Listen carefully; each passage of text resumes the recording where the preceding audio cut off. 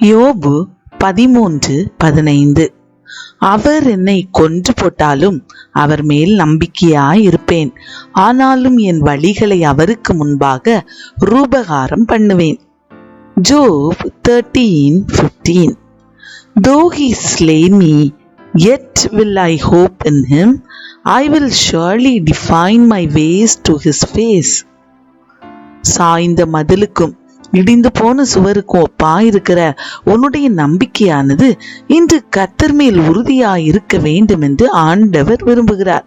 யோபுவை போன்று என்ன வந்தாலும் எது நடந்தாலும் கர்த்தர் மேல் நம்பிக்கையாயிருப்பேன் என்று அவரிடத்தில் முழு நம்பிக்கையோடு இருக்கும் பிள்ளைகளை, அவர்களின் சந்ததியை கர்த்தர் ஒருபோதும் கைவிடவே மாட்டார்.